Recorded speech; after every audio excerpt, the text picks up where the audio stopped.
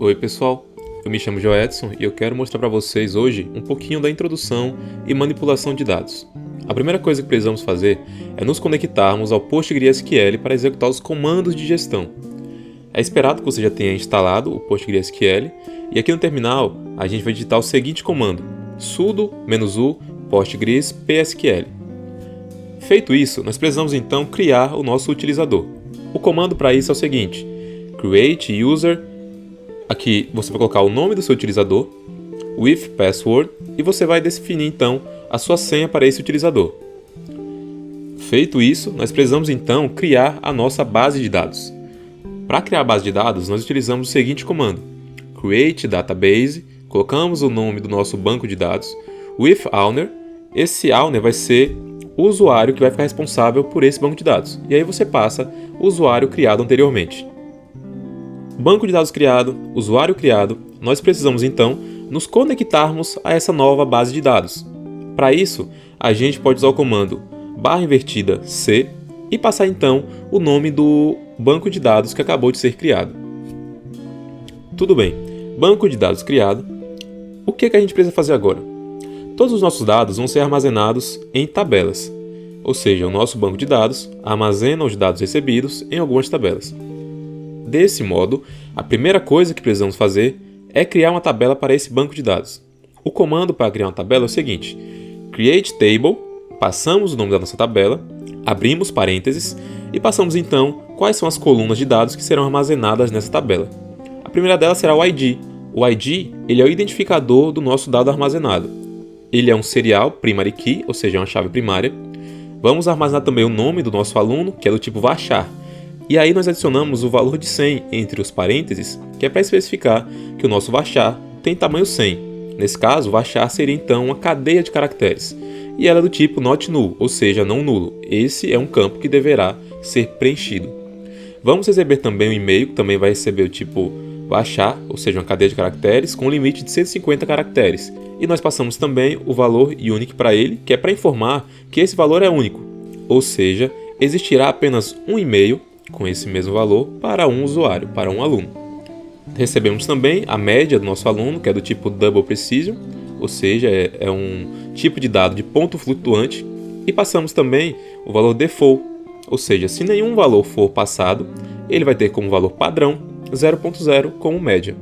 E por fim, colocamos a data de matrícula, que seria do tipo date, ele é um campo não nulo, por isso not null, e o valor padrão dele, o default, vai ser current date, ou seja, a data atual.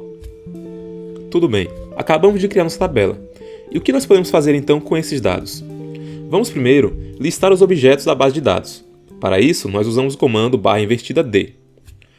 Dados listados.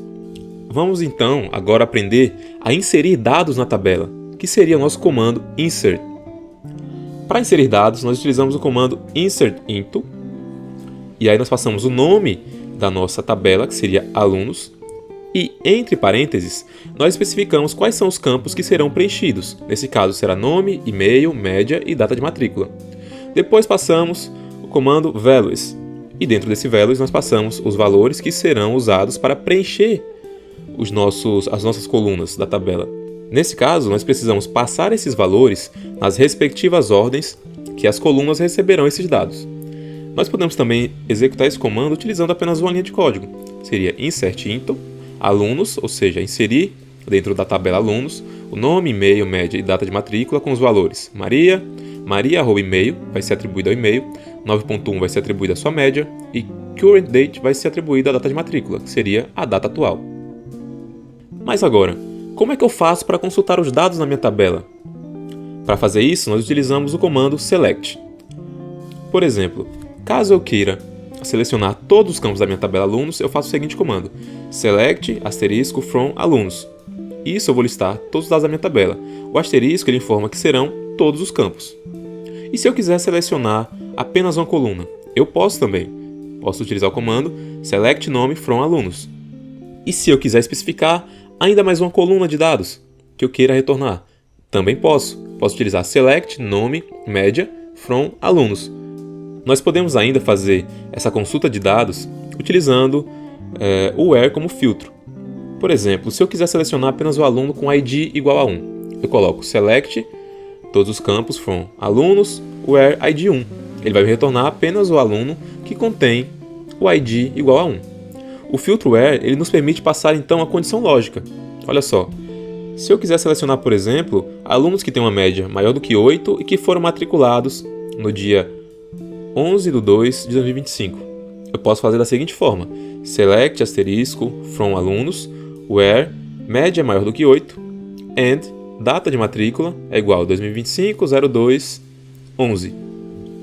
O AND ele é o nosso operador lógico, que ele vai fazer o quê? Ele só vai nos retornar esse dado que a gente solicitou caso as duas condições sejam verdadeiras, caso a média seja maior do que 8 e caso a data seja a especificada.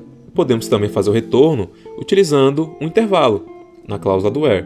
Por exemplo, select todos os campos de alunos, where data de matrícula seja igual a 2025-02-11 and a média seja maior do que 8 e também a média seja menor ou igual a 9.1. Nós podemos ainda ordenar uma consulta de maneira descendente ou ascendente. Por exemplo, select todos os campos from alunos, order by id desk. Ou seja, eu vou retornar todos os campos da minha tabela alunos ordenados de forma descendente. E eu posso fazer a mesma coisa de forma ascendente, alterando apenas o atributo desk para ask, certo? Podemos também, por exemplo, utilizar select asterisco from alunos, where média seja maior ou igual a 6, order by média desk. Nesse caso aqui, eu vou selecionar todos os campos da minha tabela aluno, onde a média seja maior ou igual a 6, e vou ordenar com base na média de forma descendente. Tudo bem, eu já aprendi a inserir dados, já aprendi a consultar dados, mas como é que eu faço então para me alterar esses dados?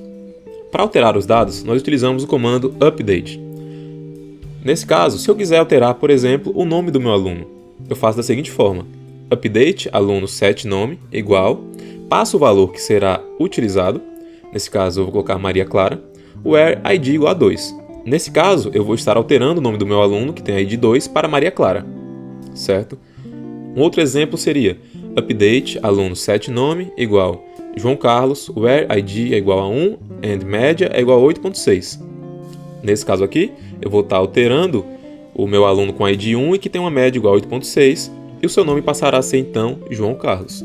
Pode então surgir uma dúvida nesse momento: é possível inserir um novo item no início da tabela, uma vez que o id ele tem um alto incremento?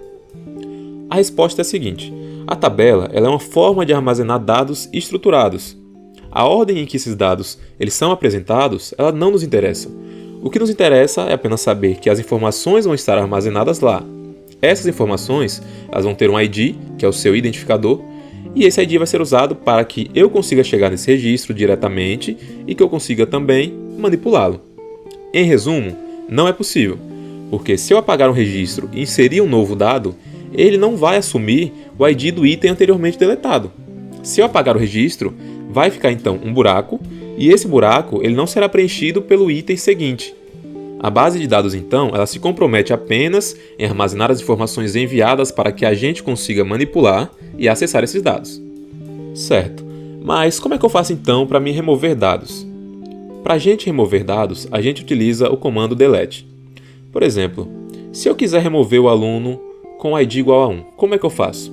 Eu utilizo o seguinte comando: delete from alunos, where ID é igual a 1. Nesse caso, o meu aluno com id igual a 1 será removido. Eu posso utilizar também outros atributos além do id para me fazer essa pesquisa. Vamos imaginar agora que eu queira deletar todos os meus alunos que têm uma média menor do que 6 e que se matricularam em uma determinada data. Como eu faria isso? Da seguinte forma: delete from alunos, where data de matrícula, eu passo a minha data, and média menor do que 6.